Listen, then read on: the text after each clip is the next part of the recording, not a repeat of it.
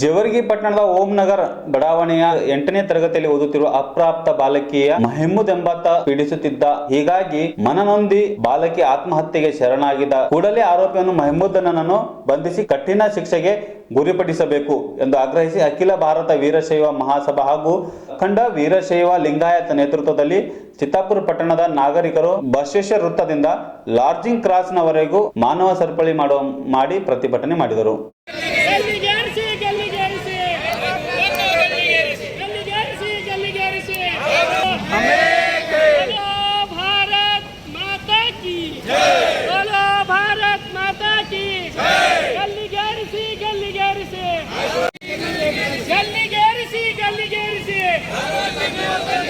बोलो भारत माता की बोलो भारत माता की गल्लीगेरिसी गल्लीगेरिसी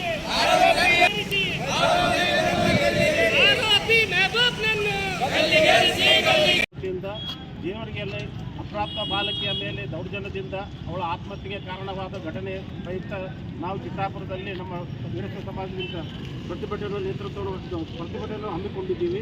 ಈ ಪ್ರತಿಭಟನೆಯಲ್ಲಿ ಸಮಾಜದ ಎಲ್ಲ ಮುಖಂಡರು ಹಾಗೂ ನಮ್ಮ ಹಿತೈಷಿಗಳು ಮತ್ತು ವಿವಿಧ ಸಮಾಜದ ನಮ್ಮ ಮಿತ್ರರು ಭಾಗವಹಿಸಿದ್ದಾರೆ. ನಿರಂತರವಾಗಿ ನಮ್ಮ ಜಿಲ್ಲೆಯಲ್ಲಿ ಆಗಲಿ ಕರ್ನಾಟಕದಲ್ಲಿ ಅನ್ಯಾಯ, ಅತ್ಯಾಚಾರ, ದೌರ್ಜನ್ಯಗಳು ನಡೀತಾ ಇವೆ.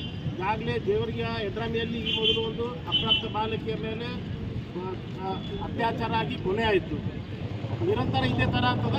ಈ ಕಳ್ಳರಿಗೆ ಒಟ್ಟ ಭಯ ಇಲ್ಲ. ಈಗ ಯಾವ ಥರ ಸರ್ಕಾರ ಇರಬೇಕಂತಂದರೆ ಈ ಕಡೆ ಸರ್ಕಾರ ಅದು UP ಒಳಗೆ ಯೋಗಿ ಅಂತ ಮಹಾನ್ ನಾಯಕರಿದ್ರಂದ್ರೆ ಇಲ್ಲಿ ಇಂಥ ಯಾವುದೇ ಘಟನೆಗಳು ನಡೆಯಲ್ಲ.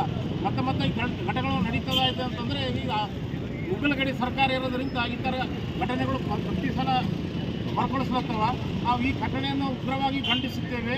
ಈಗ ಏನು ಅನ್ಯಾಯ ಒಳಗಾದ ಕುಟುಂಬಕ್ಕೆ ನಾವು ಸಮಾಜದವರೆಲ್ಲರೂ ನಾವು ಬೆಂಬಲವಾಗಿ ನಿಲ್ತೀವಿ ಮತ್ತು ಆ ಕುಟುಂಬಕ್ಕೆ ಸರ್ಕಾರ ವತಿಯಿಂದ ಸೂಕ್ತ ಪರಿಹಾರ ಕೊಡಬೇಕು, ಅವ್ರಿಗೆ ರಕ್ಷಣೆ ಕೊಡಬೇಕಂತೇಳಿ ಈ ಮೂಲಕ ತಮ್ಮೆಲ್ಲರ ಪರವಾಗಿ ನಾನು ಕೇಳ್ಕೊಳ್ತೀವಿ. ಈ ಥರ ಘಟನೆಗಳು ಮುಂದೆಂದೂ ನಡೀಲಾರ್ದಂತೆ ಆಗಬೇಕಂತಂದರೆ ಇಂಥ ಕ್ರಿಮಿನಲ್ಗಳಿಗೆ ಗಲ್ಲು ಶಿಕ್ಷೆ ಆಗಬೇಕು. ನಮ್ಮಲ್ಲಿ ಅಂಥ ಕಾನೂನಿಲ್ಲ. ಸರ್ಕಾರ ಅಂಥ ಕಾನೂನು ತಂದು ಇಂಥ ಕಿಡಿಗೇಡಿಗಳಿಗೆ ನಾವು ಶಿಕ್ಷೆ ಕೊಟ್ಟರೆ ಮುಂದೆ ಬೇರೆಯವ್ರೂ ಇಂಥ ಘಟನೆ ಮಾಡಬೇಕಾದ್ರೆ ಹೆದರಿಕೆ ಹುಟ್ಟುತ್ತದೆ. ಇಂಥ ಸರ್ಕಾರ ಇರೋದ್ರಿಂದ ಈ ಥರ ಘಟನೆಗಳು ಮತ್ತೆ ನಡೀಲತ್ತವ. ಈ ಥರ ನಡೀಬಾರ್ದು ಅಂತಂದರೆ ನಾವೆಲ್ಲರೂ ಉಗ್ರವಾಗಿ ಖಂಡಿಸಬೇಕು, ನಾವು ಹೋರಾಟ ಮಾಡಬೇಕಂತ ತಮ್ಮೆಲ್ಲರೂ ಕೇಳಿಕೊಂಡು ನಾನು ಮಾತಾಡೋಕ್ಕೆ ಅವಕಾಶ ಮಾಡಿಕೊಟ್ಟಿದ್ದು ತಮಗೆಲ್ಲರಿಗೂ ಧನ್ಯವಾದಗಳು.